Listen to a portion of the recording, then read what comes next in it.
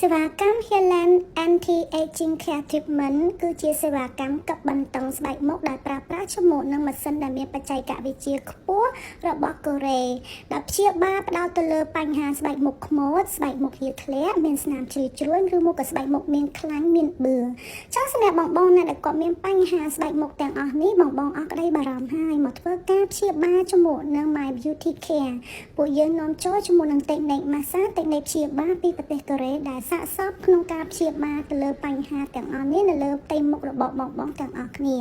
ចាំបងទាំងអស់គ្នាដែលគាត់កំពុងតែមានបញ្ហាមុខខ្មៅរីករញើសធំឬមកក៏ស្បែកមុខជ្រីជ្រួញមិនសូវតឹងហាត់ណែនបងអាចធ្វើការព្យាបាលជាមួយនឹងសេវាកម្ម Healing Anti-Aging Care Treatment ដែលយើងផ្ដោតទៅលើការកាត់បន្ទង់ស្បែកមុខព្យាបាលរាល់បញ្ហាស្បែកមុខខ្មៅស្បែកមុខហៀធ្លាក់ស្បែកមុខមានបញ្ហាខ្លាញ់ច្រាឬមកក៏ស្បែកមុខមិនសូវតឹងហាត់ណែនបងដែលគាត់មកធ្វើការព្យាបាលនៅ My Beauty Care បងនឹងទទួលបានជាមួយនឹងប្រសិទ្ធភាពខ្ពស់ក្នុងការព្យាបាលហើយជាមួយនឹងសេវាកម្មនេះដែរបងធ្វើតែមួយដងគឺឃើញប្រសិទ្ធភាពពី30ទៅ40% តែម្ដងសម្រាប់បងបន្ទាប់ពីធ្វើការកាត់បន្ទង់ស្បែកមុខហើយពួកយើងមានការបញ្ចូលវីតាមីនជួយបណ្ដុះជាមួយនឹងកោសិកាថ្មីជូនបងទាំងអស់គ្នា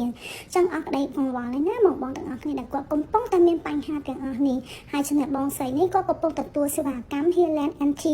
Treatment Care នេះតែម្ដងហើយទៅពេលដែលគាត់ធ្វើហើយ3ថ្ងៃក្រោយគឺស្បែកមុខគាត់ឡើងភ្លឺស្អាតតែម្ដងចឹងបងដែលគាត់មានចំណាប់អារម្មណ៍អាចធ្វើការឆាតដើម្បីធ្វើការប្រឹក្សាយោបល់ពី My Beauty Care បានអរគុណច្រើន